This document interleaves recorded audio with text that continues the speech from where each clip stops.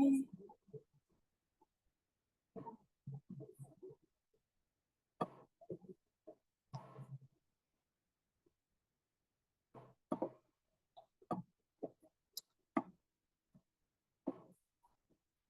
Hello, thank you for joining.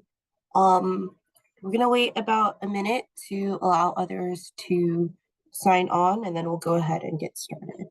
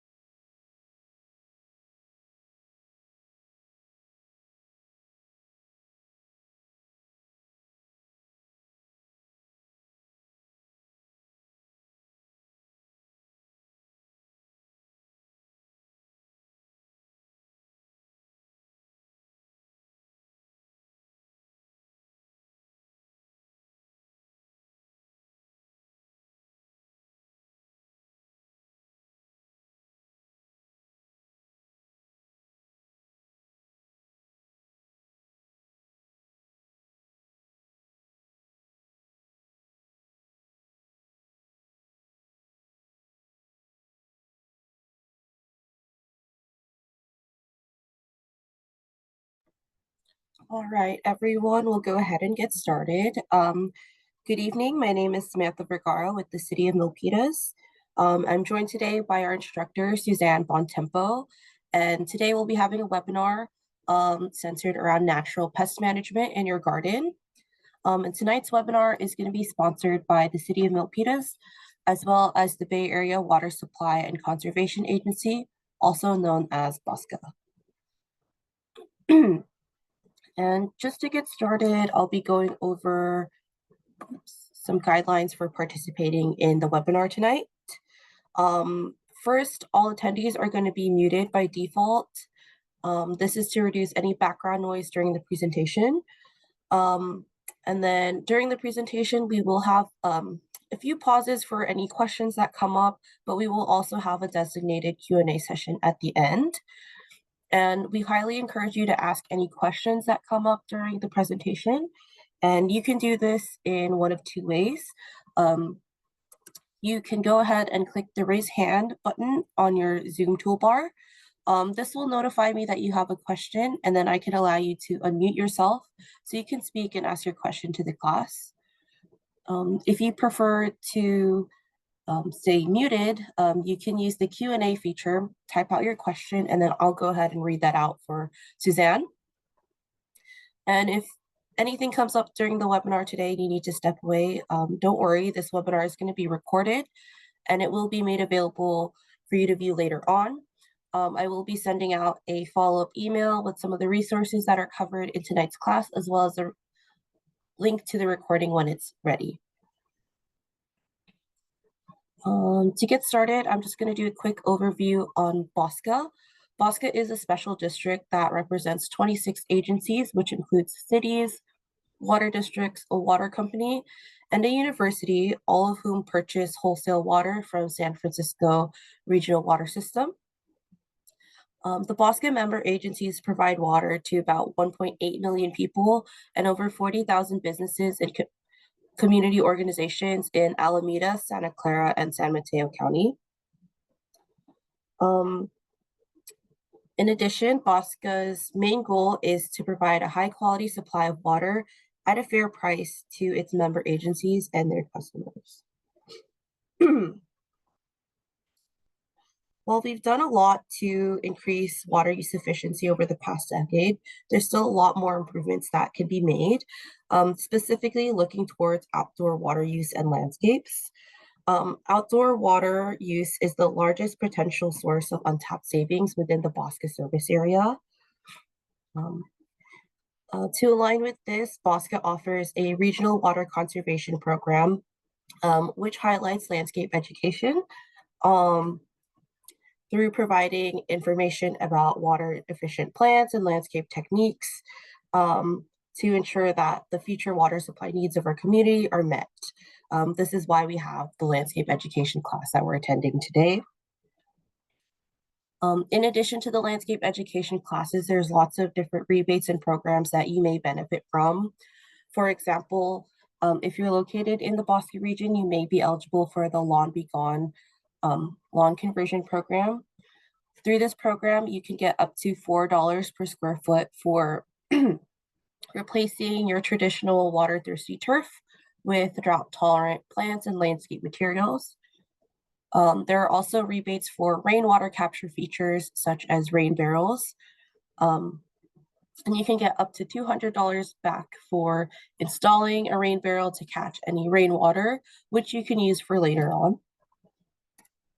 There are also rebates available for installing smart irrigation controllers, which would allow you to remotely monitor and control your irrigation system. And there are also some incentives as well for implementing a rain garden in your landscape. If you live in Milpitas, some of the rebates that were previously mentioned are also available to you. However, they would be administered through Valley Water. Some of the rebates that we offer include the landscape conversion rebate, those rainwater capture rebates for installing rain barrels and cisterns. We also have rebates for irrigation equipment and installing rain gardens. In addition, we have additional incentives for installing a laundry to landscape rainwater system. And we have a few other free programs such as the residential and commercial irrigation surveys. Another program that I'd like to highlight is the Lawn Bus Milpitas pilot program. This program is available for a limited time, and if you participate in this program, you can have your front lawn converted from turf to drought-tolerant plants and landscape materials for a low cost. And if any of these programs are of interest to you, you can visit savewatermilpitas.org for more information. Here are a few other ways that you can help us save water in Milpitas. If you live in the city, you can sign up for the Water Smart customer portal. This connects to the smart water meter outside of your home or your property and provides you with near real-time water use information. You can set up alerts through the portal to let you know of any unusual water use. And another way that you can help us save water is by reporting water waste when you see it. Examples of water waste would include the use of broken sprinklers, watering in the middle of the day, or watering during the rain. And you can submit water waste complaints to us through using the My Milpitas app or by calling the Water Conservation Hotline, which is listed here. In addition, if you live in Santa Clara County, most of the rebates that were previously mentioned are also available to you through Valley Water's Landscape Rebate Program. You can find a full list of program offerings and a summary of their rebates at watersavings.org. You can also apply directly at cvwd.dropletportal.com. Here are a few other resources that are put together by Valley Water, and some contact information as well if you'd like to learn more about their rebate programs. If you enjoyed tonight's program, there are a few more landscape education classes happening in December. One of them is the Garden Talk Efficient Irrigation Practices webinar, which is going to be on December 4th. And you can sign up for this webinar by going to bosca.org. And also by going to bosca.org, you can find recordings of the previous landscape classes as well as this class on that website. And finally, if you're looking for some more resources to help you learn more about sustainable landscaping and gather more tips, you can go to bayareagardening.org. And with that, I'd like to introduce our instructor, Suzanne Bontempo. Suzanne Bontempo works as an environmental educator, teaching the principles of integrated pest management, or IPM, for sustainable eco-friendly pest management around the home and garden. Suzanne is the owner of Plant Harmony and an IPM advocate program coordinator for Our Water, Our World. And she was recognized for excellence in her field, winning the 2013 IPM Innovators Award. Suzanne has worked as a professional gardener for 30 years. She's a qualified IPM advocate, a Rescape California qualified landscaper. She's qual certified, a master composter, and she loves teaching folks how to grow beautiful gardens that are also safe and healthy for you, your family, and the environment. To learn more about Suzanne, you can visit plantharmony.org. Thank you, Suzanne. You can go ahead and Thank you so much, Samantha. So I can share my screen. Mhm. Oh wait, I'll say sorry.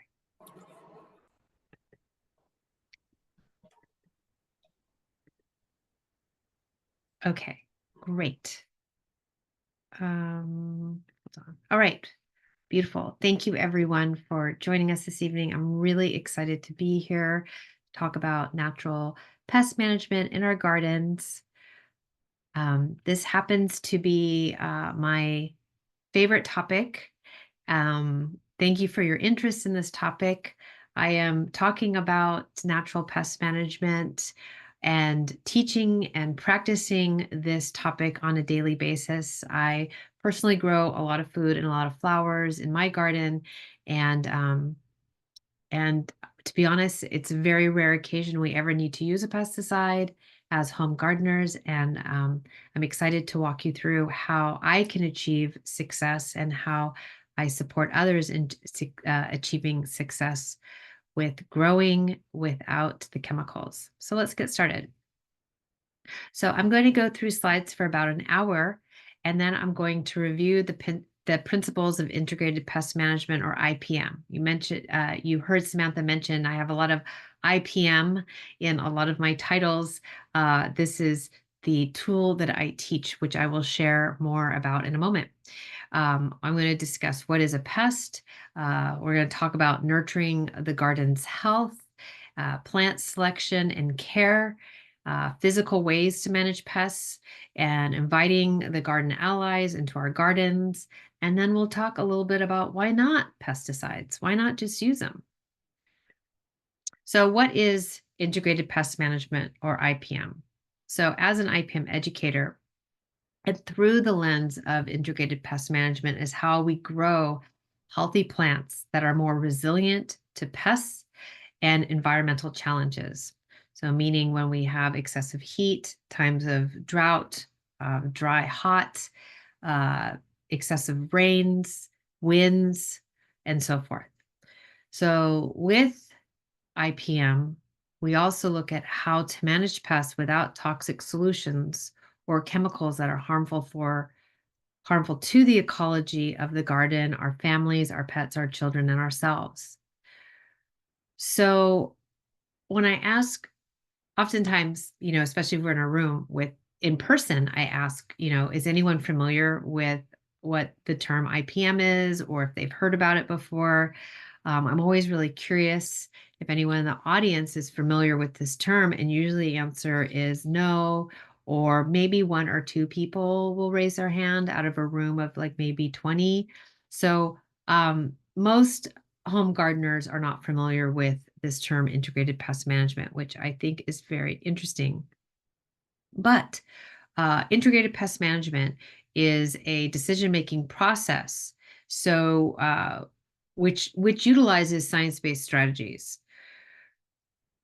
It allows us to look at the system as a whole, such as the home or garden. And in this case, we're focusing on the garden. So when something comes up, we're going to look at the garden as its home, as its whole system, holistically.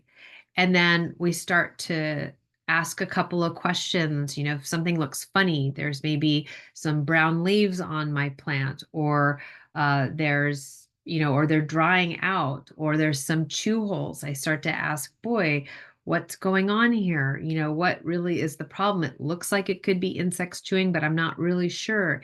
Is it some wind damage? Is it maybe the irrigation is broken and these plants aren't getting irrigated? So those leaves are actually drying up and dying. It's always hard to say, not always obvious. And some things that we see are symptoms of other problems. From there, once we can understand what's going on, which is the hardest part, we then ask ourselves, is this something we can live with? is that tree that has the dead leaves because the irrigation broke, is that a problem, or is it we're moving in towards the winter season, those leaves are going to drop anyway, and then new leaves will grow next spring. So some things to look at. What is our threshold of tolerance? Can we live with it? And then when we're looking at IPM directly, it's about identifying what the problem is. And then the main foundation or the main principle of integrated pest management is prevention. We're always looking at how we can prevent the problems from occurring again or at all. So if we know we've got gophers in the garden or neighbors have gophers and we've never had gophers before, it's probably going to happen that we're going to get gophers at some point. And so it's a good idea just to always plant all of our plants in a gopher basket or some type of gopher barrier so they won't eat the root zone. That's prevention. And then if we have to take action, the action steps in IPM are called controls. So cultural controls, which are increasing the health of the environment, bolstering the health of the garden, making sure the garden is as healthy as can be, so it can be resilient and less inclined to get pest problems. Mechanical or physical controls. These are the physical tools that we use, maybe the traps, the barriers, that would then manage those pest problems, preventing them from occurring. Biological controls are inviting in living organisms to manage the pest problems, such as beneficial insects, or inviting in birds because they will feed off of those pest insects, but anything that supports the overall ecology of the garden.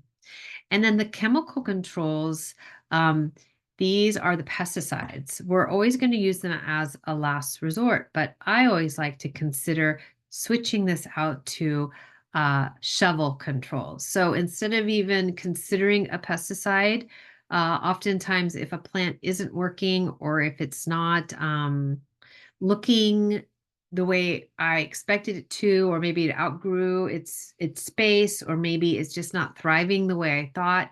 Instead of, constantly applying like a fungicide or an insecticide to it because it's just constantly getting overrun by um, aphids, or maybe like rust, which is a fungus, or maybe it's just not the right place for that plant, I'm going to physically dig it out and relocate it to a better location where it can thrive, or maybe give it to a friend, or maybe just be okay with it didn't work out. I got the wrong plant for my garden space.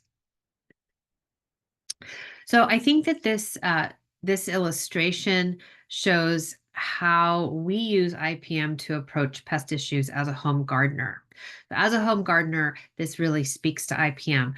We're going to inspect our plants, or monitor for pest problems.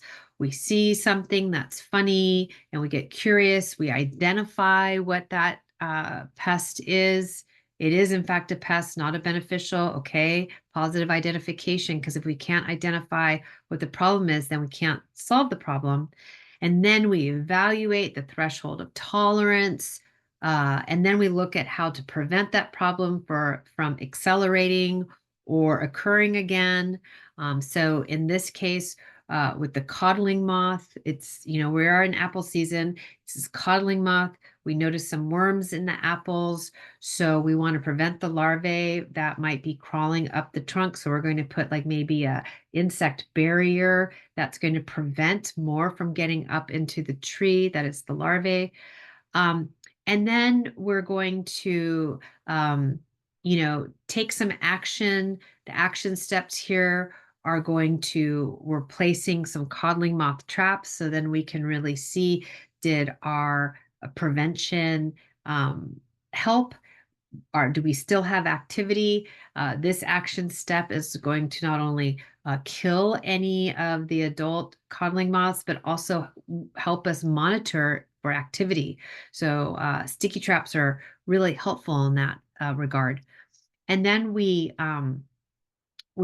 take notes when we're monitoring to see if our actions reduced or eliminated the pest. And then we repeat. The cycle never stops and it's always ever evolving. And this is kind of what the principles of gardening is. It's a seasonal, secular. We're going from seasons to season. Things are growing, things are going through their life cycles and so forth. And so is our pest management, monitoring, and managing. But this is the image that one sees if they take a class at a local college or university on integrated pest management. This shows the IPM principles outlined in this pyramid, grading the action steps from the most important or necessary to the least.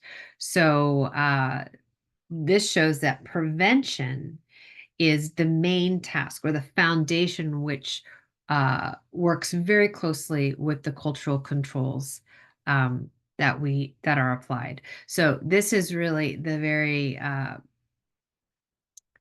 this is really, for me, the most important part of the equation. So when I'm in my garden, everything that I am doing is around preventing pest problems from occurring and building the health of the garden so that the garden is so healthy that it is just where I'm making it less attractive to the pests and more attractive to the beneficial organisms that are in my garden.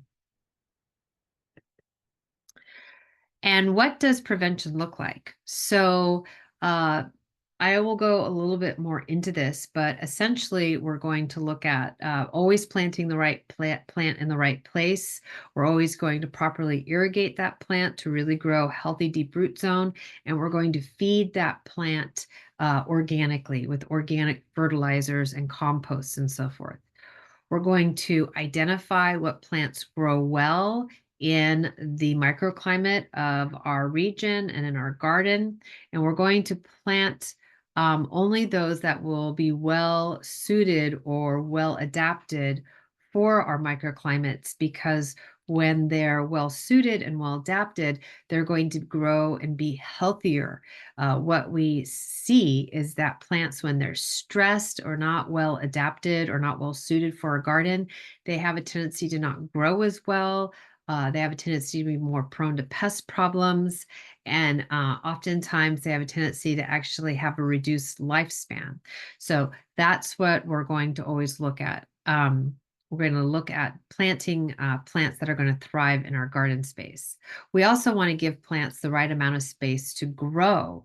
So we don't want to tuck something into a small space that really wants to grow beyond what's available. So if you only have 3 feet space available for a plant, we don't want to plant something that's going to grow to 4 feet, for instance. We want to avoid doing a lot of extra trimming.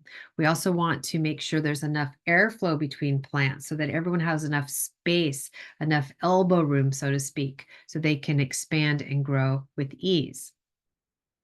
We want to, in a lot of cases, we want to avoid, when it comes to like watering, we want to avoid overhead sprinklers, which can help transmit fungal diseases. Using drip irrigation is ideal not only to reduce some of these pest problems, including reducing weeds growing in other areas. The drip irrigation is always going to target the root zone, and we're actually going to be watering in a more efficient, water-wise way.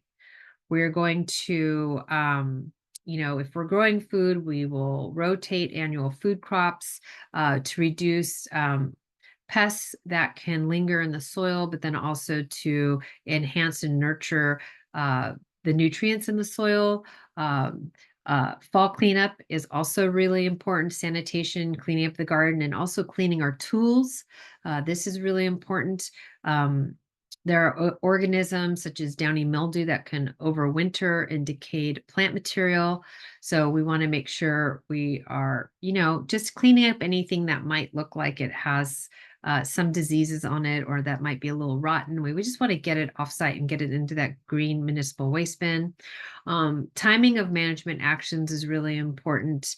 And that means, like understanding the timing, like the best time of the day to water is the sunrise hours. We want to avoid watering in the middle of the night.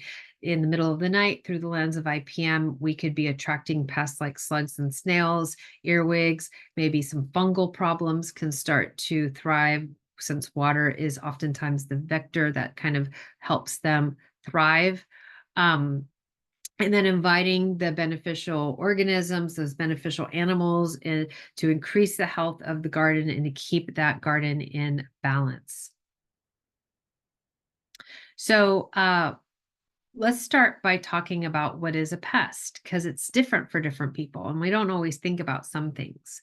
But you know, essentially, a pest is a living organism that can cause damage. Typically, it's an insect that annoys humans or damages food and flowers. Um, as opposed to something that's a nuisance. A nuisance isn't always necessarily a pest. It's just something that's maybe a problematic. So, like a cluster of ladybug beetles that might be at the front door, maybe that's a nuisance, but we know that they're beneficial. So, we don't really want to do anything about it, but we really wish they would just maybe cluster somewhere else. So, that's something to consider. And then we want to consider what the technical term, or I should say, according to UCIPM, the University of California, what their definition of a pest is that a pest can be a plant, which is a weed, a vertebrate, which is a bird or rodent or other mammal, an invertebrate, an insect, a tick, a mite, or a snail. Nematodes, there are some nematodes that are pests, not all of them are beneficial, or a pathogen such as a fungus, a virus, or a bacteria that can cause diseases, or other unwanted organisms that may harm water quality, animal life, or other parts of the ecosystem, such as our home or garden. So that's kind of a large mouthful, but essentially, that's what a pest is. And we always want to understand then from that, what is our threshold of tolerance? So I mentioned a moment ago that proper identification is key. We always want to identify the pest properly. We want to understand its life cycle. That's very helpful. Sometimes we want to manage it while it's in its larval phase, such as these caterpillars.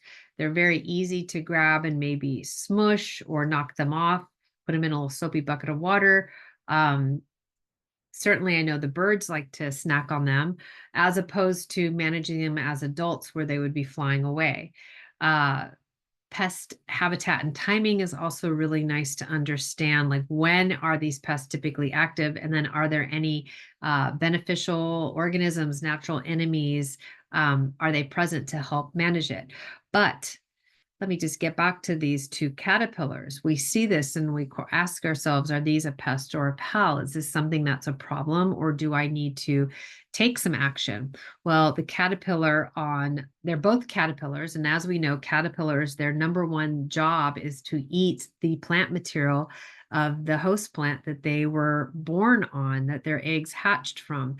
This is their number one nutrition until they go through their metamorphosis into a butterfly. But we would never consider harming a monarch butterfly caterpillar. But then we see something that has this hornworm that has this little like unicorn spike on its forehead. We get a little nervous. That looks scary. Actually, that little horn's on its rear. It just looks like it might be on its front. And we are like, holy smokes, that looks like a tomato hornworm. And I know for sure um, that could take down my 6-foot tomato in a day. I need to get rid of it. But if we let it go through its metamorphosis, we find out that it's a very important pollinator that is a hummingbird moth or the white line sphinx moth or similar. So um, just for perspective, we don't always know, but we have to consider it. Maybe it's important and we want to properly identify it. So in this picture here, this is a stem of a rose and there's some aphids on it, but what's in the middle of that red circle is syrphid fly larvae. It looks like a little worm and it might be kind of creepy, especially if it's near aphids. And boy, we don't want aphids on roses, so let's just kill them all. But that's syrphid fly larvae loves to prey on aphids and other small insects that are commonly pests for roses and other flowers around our garden. You can tell that this is the syrphid fly larvae by that little racing stripe down its back. I'm not sure if you can see that very clearly, but it is going to be a little tiny worm-like critter, and it's always going to have a little racing stripe down its back. And then in this case, a guest from one of my programs emailed me these pictures, and they were very curious what's going on here. This is their ornamental plum street tree in front of their house on the sidewalk. And they noticed these little nodes or nodulars on the stems, and they were curious what the heck is going on. Well, I can tell you that with a closer look with all the photos, one of the photos, that little, node or little bump was on a leaf, and that's a ladybug pupa. And then the other little nodes where all those arrows are, those are soft scale insects. So with the presence of the ladybug pupa, I recommended that he can go through and like scrape off the scale, those little armor, the soft scale little bumps with his thumbnail or with a, kind of like with a knife or something. But the fact that there's ladybugs present, they're taking care of the populations and hopefully reducing the acceleration of that pest. So not always easy to see or identify. And then this is our last one that we'll look at. This is leaf curl on two different plants, but that one on the top is going to be caused by aphid damage, which is an insect, and the other one is a fungal disease caused by peach leaf curl. So two very different problems that would require two different management solutions. So that's something that I just wanted to point out, because it is very common for people to apply fungicide thinking that the top picture is, they think it's leaf curl, they think it's peach leaf curl, they're applying a fungicide when that's actually doing nothing because that's an aphid problem. And have you ever noticed that certain pests are on a single plant and not others, or certain plants are just prone to get a lot of aphids, like in this picture? I call this ick factor. It's just kind of icky. It's just so many aphids on that poor rosebud. It's just like, oh my gosh. So a couple things to keep in mind, that a lot of insects are host specific. So when we're talking about pest problems, the pests have their favorites. So this particular aphid loves roses, but there's believe about 400 different species of aphids throughout California or the Bay Area. I don't remember the fact off the top of my head. I'm sorry. But we have a lot of different aphids. They're all different colors. And what you'll notice is that they like different plants. They definitely have their favorites. So keep in mind that the aphids on this rose are not going to go to your kale or your milkweed. These aphids only like these roses. Okay, so another reason why a plant can have this many aphids attacking it is that that plant could be stressed. It's not getting its needs met. It's not getting cared for properly. So that's something to notice. And then also keep in mind, maybe there's no beneficials. There's lack of predators. They have nothing to compete with them, or to keep them in check. So they're just having a feeding frenzy on that poor rosebud.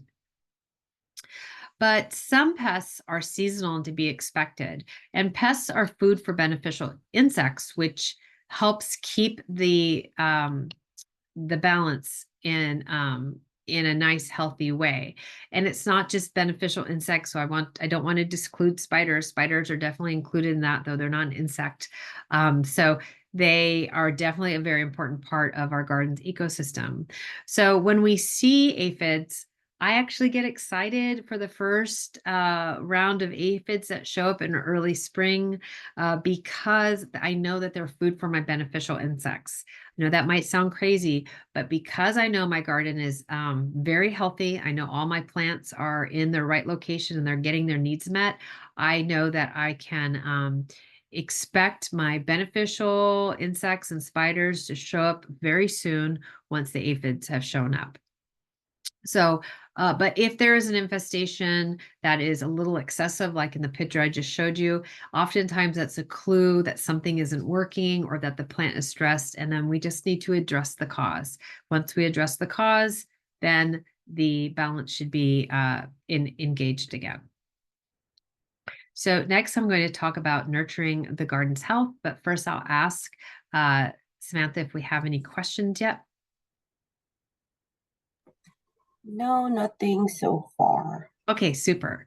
All right. So nurturing the garden's health. All right. So the best way to do that is to support the life in the soil. So soil is literally the foundation of our garden. Okay. And so it's so important to always be increasing that health and nurturing that health and wanting to support the health of the soil. And we do this by wanting to increase, or the goal is to increase the biology in the soil in the form of bacteria and fungi. Of course, beneficial bacteria, beneficial fungi. Plants cannot take up nutrients in the soil without the microbiology. Just like our gut microbiome, we want to have this beautiful symbiotic relationship of the microbiology in the soil. They will help break down organic materials. They will store nutrients in the soil. They break down the toxins and pollutants, and they actually hold that soil together and help root zones expand through that soil. We do this by building healthy soil. We build the healthy soil by adding organic matter in the form of compost. Okay, so compost is organic matter that has been eaten and decomposed by bacteria, fungi, microbes, worms, and other decomposers. When we're adding compost to our soil, we're improving the soil structure so that the soil can knit together, hold together a little bit like a sponge where there's air holes throughout that sponge. We also are going to have pore spaces throughout our soil that are going to be held together. The network or the building blocks of the soil will be held together by this organic matter. So that allows air and water to move through with ease and root zones move through with ease. When we add compost to the soil, we're increasing the water's we're increasing water retention, or the soil's water holding capacity, which is our goal. That's what we want. That means we don't have to water as often. We're also increasing the microbiology in the soil, which, as I shared, increases the health of the root zone, allowing that root zone to then absorb nutrients and water with more ease on an as-need basis. We're recycling nutrients when we're adding compost, and we're reducing the need for chemical fertilizers and pesticides. Okay, so this is really the key here, or one of the first steps. And then when we're adding compost, we also are fighting pathogens and bad bacteria in the soil. So we're going to always mix compost in at time of planting, or plants that are already in the ground and established. We're going to lay a nice inch or two of compost around on top of that root zone at the drip line of that plant underneath a nice layer of mulch. Okay, and then we're going to feed that soil with organic fertilizer. It's derived from organic matter such as manures and kelp, bone meal, fish, blood meal, alfalfa meal, and so forth. It's not derived from fossil fuels. You can actually read the ingredients that's on the bag or the bottle or the box, and you'll actually recognize what these ingredients are. These are words we've heard of before, words we can read. Organic fertilizers are going to have lower NPK numbers. That's the nitrogen, phosphorus, and potassium. That's a good thing, okay? Also keep in mind that organic fertilizers are going to, well, the NPK, the nitrogen, phosphorus, and potassium, those are the macronutrients, but they also contain micronutrients as well. So kind of you can think of it like as a multivitamin that we're feeding the plants. I mean, that's not exactly correct, but that's how I kind of like to look at it. It's going to be packed full of a lot of minerals and other nutrients that are really beneficial for the soil organisms. So when we're adding organic fertilizers to the garden, we're increasing the health of the plants and the soil. So keep in mind that when we're adding organics, we're actually feeding the microbiology in the soil that is then processing and decomposing and digesting those fertilizers, and then releasing the nutrients in a way that the root zones can absorb easily and readily on an as need basis. So we're not forcing the plants to feed, we're not overstimulating the plants with fertilizer, we're just allowing it to have this food that's accessible when they want it. Also helping those root zones absorb moisture in the form of water when they need it. It's the most sustainable way to feed our plants. Um, like I said, it is increasing the overall health of the soil, nurturing that soil, and slowly allows the nutrients to be absorbed by the plant. Um, and the big takeaway here is that it's preventing growth spurts because that plant is able to grow in a natural rate. Those growth spurts that plants get when they're fed with synthetic fertilizers actually attract pests because they're growing very quickly. The cell walls of the buds and leaves are really thin. They're stretched because they grew so quickly. And now these pests in the form of insects with sucking mouth parts or chewing mouth parts, or fungus that have hyphae that can penetrate and absorb those juices, can access those juices, penetrate these thin walls with ease. So that's why we want to feed with organics. We're going to reduce pests. And then mulch is also very important. We are going to, this is going to be any material that's spread over the surface of the soil that's going to cover that soil kind of like a blanket. So that's something you can think of. And it can be made of tree bark, wood chips, leaves, lawn clippings, straw, cardboard, or newspaper. Really anything that's natural that will naturally decompose over time. We want something natural that's going to decompose over time because it's going to further feed and nurture that soil. But keep in mind that soil is hydrophobic. When there is no mulch on top and we have a really hot day, that top dries out and it becomes kind of like a crust, like a crust of like maybe a pie. And in some cases, that soil can get so hard we can't even get a pickaxe in it.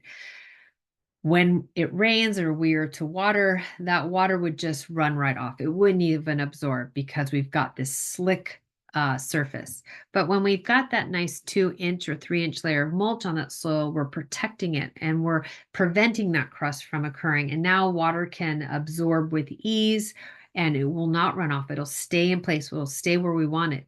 It's also going to reduce erosion and compaction when we've got that nice couple-inch layer of mulch. And then the mulch is also going to reduce our water usage. It reduces water evaporation significantly. It will reduce the frequency of needing to water anywhere from 20 to 70%. That's significant. So keep in mind, mulch is a very inexpensive tool that we can use in our garden that increases the health of our garden, increases the health of our plants, and reduces water usage. So it is a win-win. We just want to make sure we're keeping it away from the stem or the trunk of our plants. All right. So the next we're going to talk about plant selection and care for a healthy garden. But before we dive in, are there any questions? Yes, there's one from Jackie. Hi, Jackie. They ask, what are some good brands or types of organic fertilizer? Well, there's a lot of good brands and types, and I'll go back to the screen. Here's just a couple, but this is both dry fertilizer or granular fertilizer, and then also liquid fertilizer. Um, all of the stores right now, the box stores, the hardware stores, the home improvement centers, our local garden centers, everyone's carrying organics because um, everyone knows that when we feed with organics, we're actually growing healthier plants. So I would just go to the stores and or ask friends what they like to use. Some just make sure it's organic. Some are going to have this OMRI listing or a little OMRI certification or a little certification that says CDFA or for organic use. Those are the logos or symbols I would look for. If it doesn't have the OMRI logo on it or the CDFA, we are not always 100% sure that it's registered for organic use. And sometimes it's hard to identify if the ingredients are organic. So I always kind of look around and see which products. I've got my favorites, but usually it's also price driven. Like a lot of times, if something's on sale and it's organic and it's registered with Omri, I'll try it out if it's, a good deal. And then I decide if I like it or not. I usually like products that are look like crushed up oatmeal and not like maybe small pieces of dog kibble or kitty kibble. Like I just like things that are maybe a little bit more natural and not as processed. All right. So now let's talk about plant selection and care for our garden health. So I mentioned already that planting the right plant in the right place is really important. So we want to choose climate appropriate plants so they can adapt and grow with ease in our gardens, which will naturally reduce pest problems. Um, I just think that's really cool. So just by choosing plants that are best suited for our garden we're already off to a great start, and we should naturally not even see pest problems. But again, pests are seasonal to be expected, but we will, uh, we're already halfway there. So when choosing plants for a garden, it's not always easy. So it is important to do a little bit of homework. It's sometimes it can be very tempting to buy a plant that's beautiful at the garden center, but let's just take a note and even take a picture with your phone so you remember what it looks like. And sometimes, it could take a couple of months before we just done enough research to really determine that that's the best plant for that place in our garden. And when we go back to the garden center, maybe that plant's not in flower anymore. That's okay. Maybe it's the fall and it's on sale, which is even a better deal. But we want to match those plants to the conditions of our garden to keep them from being stressed and susceptible to pest problems. So as I mentioned, we want to make sure that we're matching the mature size of the plant to the space available, because if we're always pruning it, not all plants want to get pruned all the time. It's really limited to like privets and pittosporum and boxwoods. They can tolerate it, but most plants don't want to get pruned all the time. And when they are going to start to show some signs of stress and could be more prone to pest problems. We also want to avoid overcrowding, as I mentioned. Everyone wants a little bit of wiggle room. But what's really important is that we're always grouping plants together by their needs once established. So we want to put all the plants together that like low water once established, and plants in another area that want medium water once established. Or like all the plants that like full sun in one area, just make sure that all their needs are getting met. And then we always want to plant correctly, always making sure that the crown of the plant is just ever so slightly a little raised from the grade of the soil so that we can put that mulch without coming up around the crown. And choosing California natives is always the best bet. Um, we don't have to strictly have California natives in our garden, but one of the guidelines that I like to follow is the 80-20 guideline, which it's 80% California natives and 20% Mediterranean natives. Mediterranean natives adapt really well to our climate. Um, and it's nice to have a couple of non-California natives that will maybe have a different blooming cycle, because really the goal is to have something in bloom year round to support our pollinators and other beneficial insects. We want to consider adding plants to our garden that support the complex foods web that surrounds us. So that's why I like to follow the 80-20 guidelines, where most of the plants are natives, but I still have a couple that are going to thrive and produce either be a food source for birds in the form of berries, or make sure that there's maybe fluff that from those seed pods that the birds can use as nesting material, or keep in mind that I've got a lot of flowers that are going to be available for my pollinators for nectar and pollen for them through when they're foraging. Anyway, all of this plays a really important role in keeping our gardens in balance, understanding that all components of the garden, from the tiniest insects to our birds, even hummingbirds are feeding off of insects at some point when they've got young to feed. But even our lizards and even our little garden snakes, they're all a really important part of the keeping the balance of the ecology. And that wonderful resource that Samantha showed us earlier in the previous slides, the intro slides, the Bosco website has a really great resource that I have utilized and been recommending for years. So please check that out. There's a really great list of plants for our Bay Area climate. Another favorite is Calscapes, which is the California Native Plant Society's plant database. You could just type in your zip code and it will generate plants that are suited for your zip code. And then also checking out the website of your local UC Master Gardeners local chapter is going to help you out. And this is really the best time of the year to plant. And this illustration shows it so well that when we can plant now during the shorter daylight hours where we still have, nice temperatures during the day, but the evenings are cool, we're getting rains. We will hopefully continue to get rains, but right now we're about 8 months until the heat of the summer is at its peak, and we're about 10 months until the driest summer season is upon us. So these newly planted plants have all of this time to grow their roots and to become a little bit more established before the stresses of the summer come on. So, do you see the comparison of the trees on the bottom of the page, fall planting versus spring planting? This really speaks volumes. See how developed the roots are on the fall planted trees? This is what we want. And this is going to grow a more resilient plant come next August and September when we get those triple digits and it's most likely really hot and dry. And we want to keep in mind it's all about growing deep, broad roots.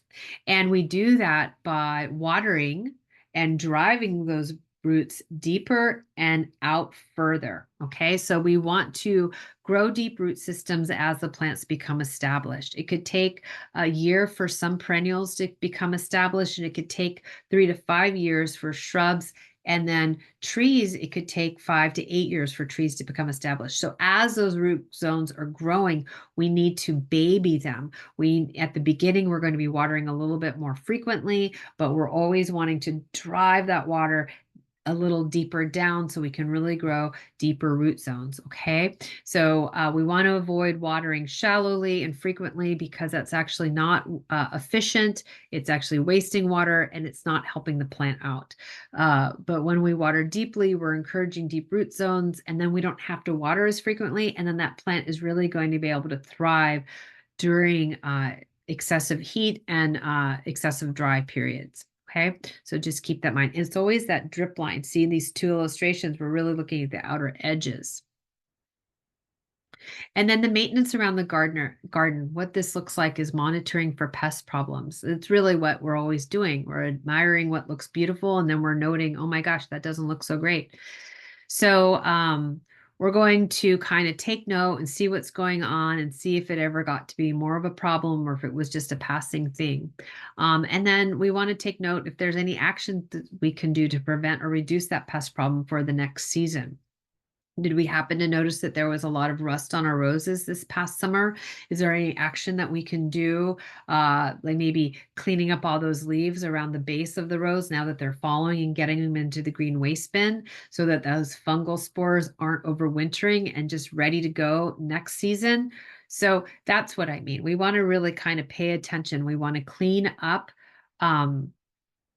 any food that is on the trees, any summer tomatoes or summer squash, any of our summer vegetables that are still lingering out there. We just want to let's just cut them down and get them off site. We want to avoid attracting any of the urban critters like raccoons, rats, deer, and whoever else. Understand also now that we're getting into a cooler, wetter season, so we're going to start to see more slugs and snails.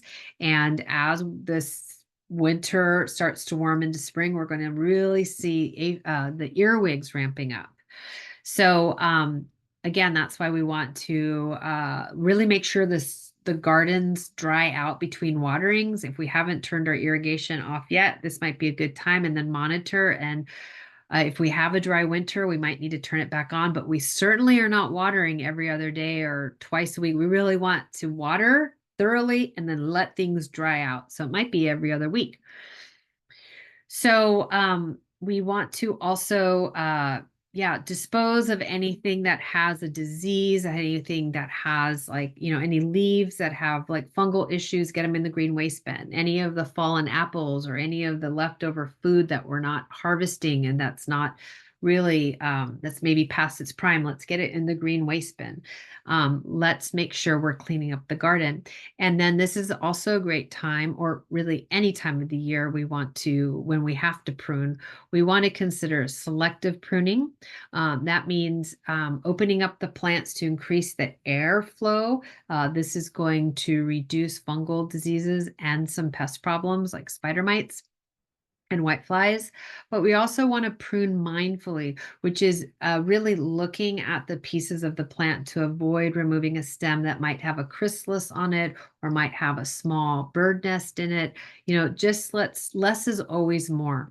And this time of the year, it's well, really any time of the year, but we see more leaves right now because of our deciduous trees. All those fall leaves are falling, and it's the best time of year to leave those leaves around our garden. It's nature's free mulch, and this is going to provide nesting areas and habitat for any beneficial beetles and native bees, and some of the butterfly chrysalis and some of the moth chrysalis or cocoons. They're going to, take harborage in these leaves and overwinter in these areas.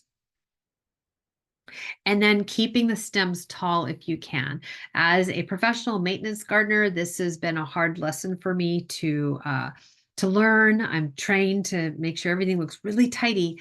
But what I've learned is that our native bees, over 30% are actually stem dwellers, and they really appreciate these resources when we can leave these stems for them. So the picture on the left, those are my Shasta daisies. I actually leave them about 18 to 20 inches tall, but I seed them autumn joy.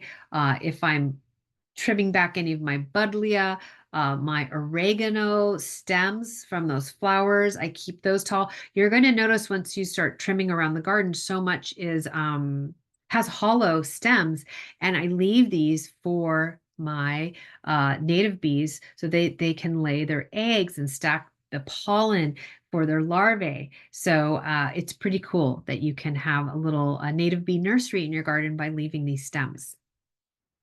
Changing your yard practices might even be the easiest way to fight climate change and support our local ecosystem. So remember, everything's connected. And so this is also going to help reduce pest problems. But also storing away and cleaning any unused pots and saucers or containers that might be used as hiding places by overwintering insects or slugs and spiders. Also anything, we want to make sure we're storing and stacking things upside down to prevent catching water because we don't want to create a mosquito breeding area. All right. So now we're going to focus on physical ways to manage pest problems. So this is really I'll be pointing out the different types of tools we can use to manage pest traps and barriers and so forth. So barriers, this is really, other than all those cultural controls, this is my next go-to. So this is how I prevent pest problems in my garden. So netting over plants to prevent birds or larger flying insects like the cabbage moth that likes to lay its eggs on the brassicas, and then that caterpillar will then eat all of the brassicas, or a lot of critters will avoid the plants with the netting. Exclusion frames, which I'll dive into a little bit more in a moment, but that's actually a physical frame that goes over raised beds to prevent a lot of our animals, our rats, our raccoons, our squirrels, dogs, cats, and so forth. A row cover is going to prevent flying insects from coming in and accessing our food crops. Gopher baskets, as I mentioned before, we want to plant plants into the gopher baskets or line raised beds with gopher wire to prevent gophers from accessing the root zones. Deer fencing, we need to put up. So many people I talk to are like, I've got all the deer coming in. Are there any plants that are deer resistant? Well, believe it or not, the deer, the young deer don't know. They haven't been taught which plants are kind of give them a tummy ache. So they're still going to nibble, and then you're disappointed. The plants will grow back, but unless we have a deer fence, a barrier to prevent them from coming in, there's no guarantees. And then a copper tape barrier is going to be used to prevent slugs and snails from crossing the edge of like a pot or something. They get electric shock from that copper. And scare tape, this like holographic scare tape, it's not a barrier, but it's a very good deterrent, and it's used by orchards and vineyards and other professionals to put into fruit trees and such when to prevent the birds from eating the fruit on the trees. But exclusion frames, this is how we keep unwanted critters out. Okay, so this is going to be exclusion frames, fencing, and baskets.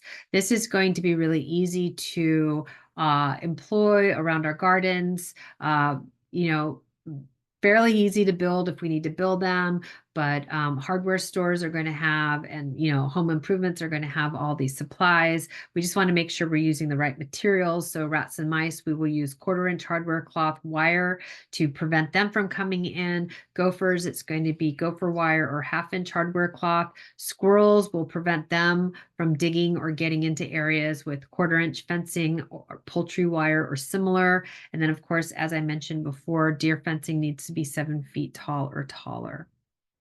And then managing weeds. Weeds, we're going to use a series of tools. So either hand pulling or removing the weeds when they first emerge. Now, we don't necessarily have to get on our hands and knees, but we're going to use all these nice weeding tools. We're going to use mowers and line trimmers or weed whackers. We're moving into the wet time of the year, so we can use a weed torch to burn the weeds between cracks and crevices of walkways or in gravel driveways. This is not a tool for everyone, and I'm not suggesting we're going to set the state of California on fire. This needs to be used with a lot of caution, but during the rainy season, this is a very effective tool to manage weeds in those areas I just mentioned. Grazing animals can also help, and I know a lot of people are now contracting or renting their goats out to manage weeds in areas. So that's becoming more mainstream. But the takeaway with weeds is, by all means, do not let those weeds go to seed, because then you'll be battling those seeds for years to come. Other ways to manage weeds or other areas of the garden to, regenerate some areas where the soil might be kind of crummy and hard is sheet mulching, the practice of overlaying layers of cardboard with a nice 3-inch layer of mulch on top. This is going to smother large areas of weeds. It's going to regenerate soil in unused areas, and it's definitely going to feed the soil over time. And protecting plants from sun, this is something else to keep in mind. Shade cloths are going to help, and also painting the trunks of young trees with arbor paint or 50/50 light colored latex paint with water. These are important things to keep in mind as we're moving into the summer and the hottest days of the year. And then working with traps. So there are so many traps on the market, and these are all non-toxic ways to manage the pests very effectively. There's so many, lots of different brands, lots of different traps: fruit fly traps, rodent traps, gopher traps, fly traps, yellow jacket traps, fly traps for indoors and outdoors. Make sure you're always using the outdoor ones for outdoors and the indoor ones for indoors, because the outdoor ones are kind of stinky. Pantry pest traps, very great way to manage pest problems. But outside in the garden, one of my favorite ways to manage the pest problems, especially if they're cucumber beetles or weevils, I just knock them off into this little container of soapy water. I can also squish them, or maybe I blast them with a strong stream of water. Water is a great tool, but instead of using the hose, I will get my spray, my tank sprayer or my pump sprayer that would normally be used for a pesticide. I actually just fill it with water and I get it on that really fine spray and I just blast those aphids right off. It works fantastic. It's very satisfying too. And then we want to look at inviting beneficial organisms, such as our beneficial insects, our spiders, our pollinators, our birds, and other garden allies. Okay. So I've mentioned this a couple of times, but keep in mind that less than 2% of the insects that we see in our garden at any given time are pests. Less than 2% are pests. All the other ones are actually doing something really important for the ecology of the garden, keeping those pests in balance and pollinating our plants. So I invite you to get a little curious about who these garden friends are. We are going to attract them by planting a diversity of flowering plants. Okay. The goal is really to have something in bloom almost every day of the year, which we can in our mild climate here. We're looking at plants that are going to grow flowers that look like a daisy or a sunflower, or flowers that grow in little clusters like the yarrow or sweet alyssum. Here is a list of a couple of my favorites.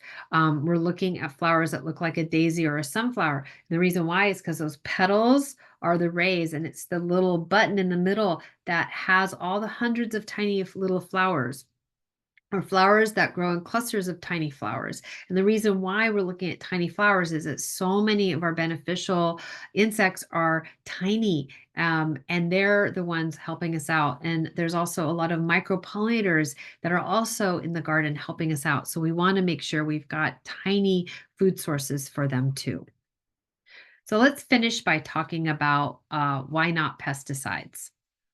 So something I just wanted to share is that pesticides are great at killing the pest, but they also potentially could kill other beneficial organisms, and they don't necessarily solve the problem. So pesticides won't have a long-lasting solution to the problem if the cause is not addressed. So if the conditions continue to favor the disease or that insect or whatever the pest is, the pesticides will only offer a brief respite. They won't fix the problem. So understand that even organic pesticides like neem or insecticidal soap or horticultural oil or whatever is your go-to, these can also reduce beneficial insect populations and also are not going to necessarily fix the problem if we're not addressing the cause. So the definition of a pesticide, according to the University of California, is any material, natural, organic, or synthetic, used to control, prevent, kill, suppress, or repel pests. Remember, we had the definition of what the pests were at the beginning. Pesticide is a broad term that includes insecticides, those are the insect killers, the herbicides, the weed or plant killers, fungicides, the fungus killers, rodenticides, the rodent killers. There's growth regulators and other materials like miticides, which are used to control mites. And there's products that are available to kill slugs and snails. Those are the molluscicides. And then keep in mind that even hand sanitizers and antibacterial cleaning wipes are also under that umbrella of pesticides. So anything that's registered or designed to kill something essentially is a pesticide. So what about the homemade do-it-yourself remedies and cures? Okay, we see all these recipes on like TikTok, Instagram, Facebook, and so forth. I am not a fan of these homemade remedies and cures nowadays because the recipes are not exactly correct. And it's actually causing a higher risk of doing damage to your plant and damage to yourself. Okay. And also, a lot of these recipes are likely not going to work. In fact, I hear many stories nowadays about some crazy concoction someone read, and they were trying it and they couldn't understand why it wasn't working. And it was actually causing a lot more harm. So let's just break it down. Dish detergent is not a soap. Okay, the only true soap that's on the market is Castile soap. That's under the brand name of Dr. Bronner's, and I think maybe Whole Food 365 brand has a Castile soap. Maybe there are some other brands out there I'm not familiar with. I know Dr. Bronner's that's been around for decades. That's the only true soap. Um, so if you're going to use a soap, then that's what you need to use. Other things, other brands, they are going to be detergents. They have degreasers in them that can be very harmful to the leaf tissue. And if you dig down on the websites of the active ingredients of some of the big name dish detergents that are commonly referred to as ideal for making these homemade remedies and cures, you're going to see the active ingredients cause acute aquatic toxicity, are likely a human carcinogen, and a groundwater contaminant, cause acute aquatic toxicity. Okay, so these are not products that I want to even washing my dishes with. Okay, salt. Salt is another common ingredient. It's highly detrimental to the soil, to the worms, and other soil organisms. So I mean, this is one of the main reasons why we don't recommend using synthetic fertilizers is because they're high in salts. And with over time and over usage, you're actually uh, causing harm to that soil and actually making that soil toxic. Vinegar. We hear vinegar as being a great uh, herbicide, something to kill weeds. But keep in mind, household vinegar, what we're using to make salad dressing, is just only has enough acetic acid to tingle our taste buds. It's not really enough to kill anything. It's the horticultural vinegar that's like 20% acetic acid, which is enough to cause blindness and to be corrosive to metals. You can even be very harmful to your skin, causing some burn. So these are things that you want to be really careful about. There's a lot of eco-friendly pesticides on the market now, more than ever. I've been doing this a long time, and every single pesticide, just about every single pesticide manufacturer is manufacturing eco-friendly because that's what the demand is. So if you really need to use a pesticide, and as I mentioned, it's a rare occasion that we ever need to use one as home gardeners, please go for a eco-friendly pesticide and make sure that we know how it is intended to work. We want to understand its mode of action. Is it a contact kill that needs to suffocate the insect, or does it need to be ingested? What is the life stage of the insect it's intended to be used on? Have you tried wiping off that insect or that pest first with your fingers, or washing it off with that blast of water I talked about earlier? Those are the starting points. But we always want to read the label. When we're using these pesticides, we're always going to use as a last resort. We're always choosing eco-friendly and less toxic. We're always applying in accordance to the label. The label has a lot of information on it. Although the label is very difficult to read, we want to take the time to read that label, take some notes, really understand what we are using, and realize all pesticides, eco-friendly or not, are designed to kill something. Even our homemade DIYs, we're making a pesticide, so we need to use a lot of caution. We are to wear our PPE and understand the risks and consequences. Tips for using a pesticide. We want to understand that mode of action. Eco-friendlies could take a little longer to work, so be patient. Timing is important. We want to apply when that pest is present. We're only spot treating. We're only targeting that pest. We're not spraying down the whole garden. We apply pesticides at the end of the day, at dusk, when our beneficials are less likely to be active. If we're releasing beneficial insects, we want to give them some time to do the job before applying pesticides. And again, understand those unintended consequences. No pesticide is risk-free, okay?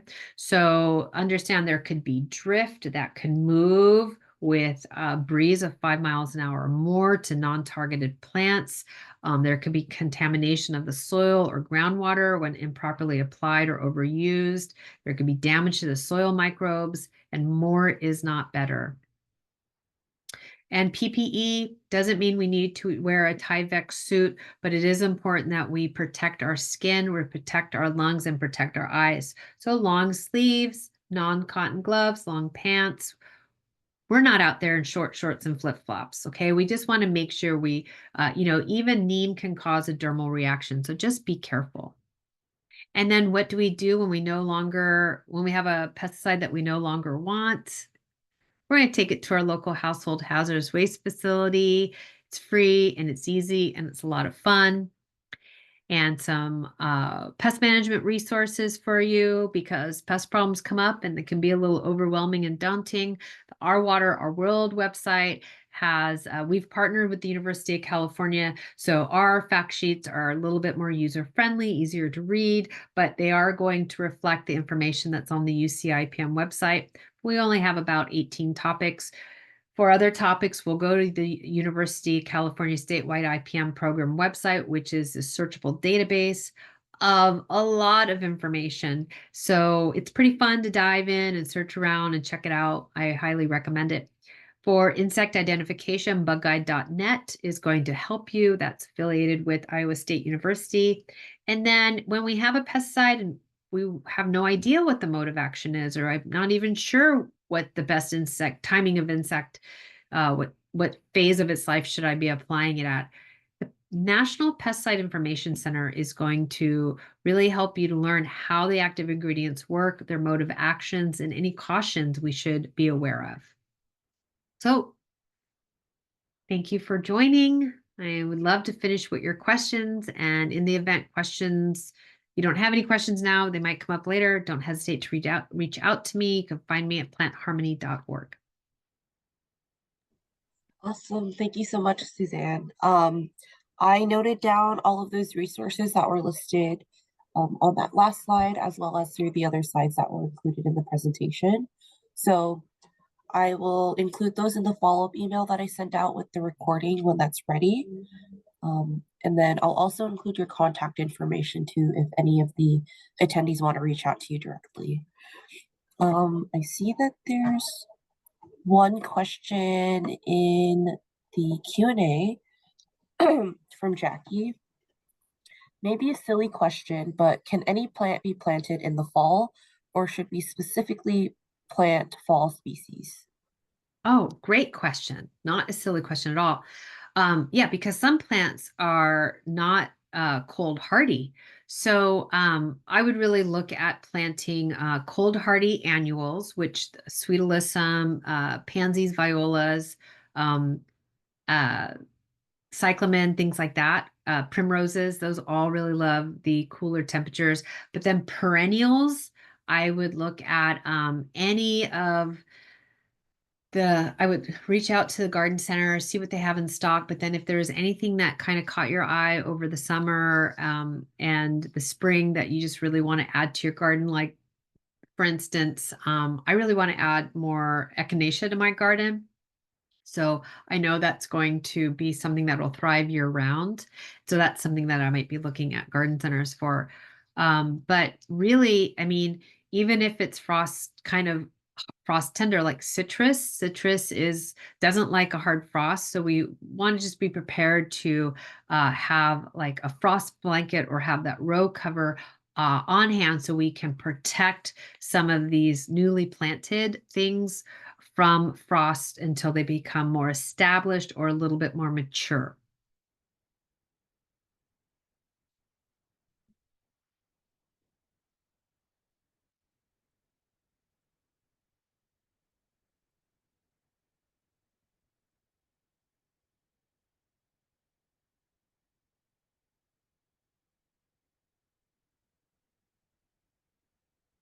And I would say anything that's like if you go to a garden center and anything that's inside, like we're going to start seeing a lot of poinsettias or we see like a lot of house plants. Those are really intended for indoors, not outdoors. Even though poinsettias can be hardy here in some areas of the Bay Area, but they aren't so frost tolerant.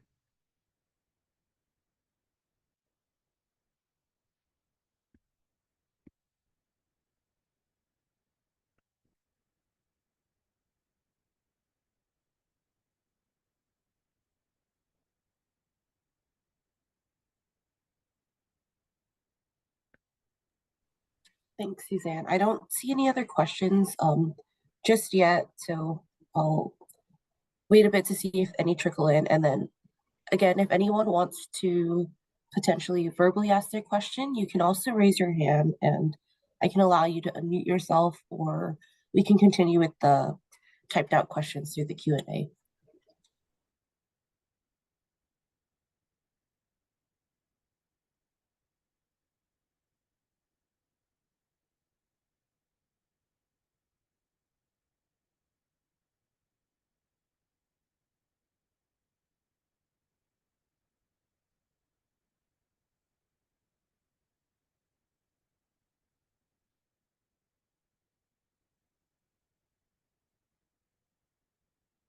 I know I love the questions, like just anticipating. Anyone else have a question?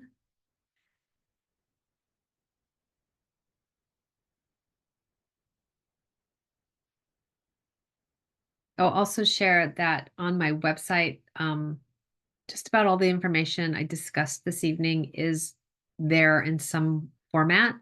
I These topics I usually divide up in little different blog posts, so you just get little snippets or like one section at a time. There's also a section for beginner gardeners, kind of like the checklist, and that really goes through the all those cultural controls we talked about, the foundation of building that healthy soil and how to water properly and how to plant. Um, those are really spelled out. So that could also be helpful. Awesome. I'll be sure to include that as well in the resource list. Okay, thanks, Samantha.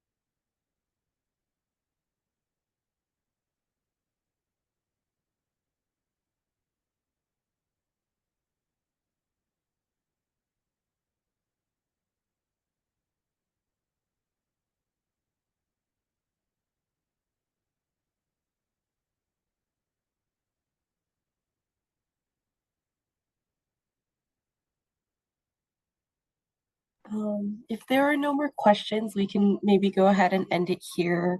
Thank you so much, Suzanne, for being our instructor today and sharing all of your knowledge. And thank you for all of our attendees for registering and coming to the class today. The follow-up email with the recording to view this webinar later on will probably be out to you all in about 1 to 2 weeks, depending on when the recording is ready. And again, I'll include the resource list from Suzanne, as well as her contact information if you prefer to reach out to her directly with your questions. With that, thank you all so much for joining today. Thank you so much. Thank you, Samantha, so much. I really appreciate it. And thank you, everyone, for joining and your interest in the topic. I appreciate it. Everyone, enjoy a beautiful fall season. And yeah, I hope to be back at some point teaching more topics. Thank you so much. I really appreciate it, Samantha and City of Milpitas. Awesome. Thank you so much. Bye-bye.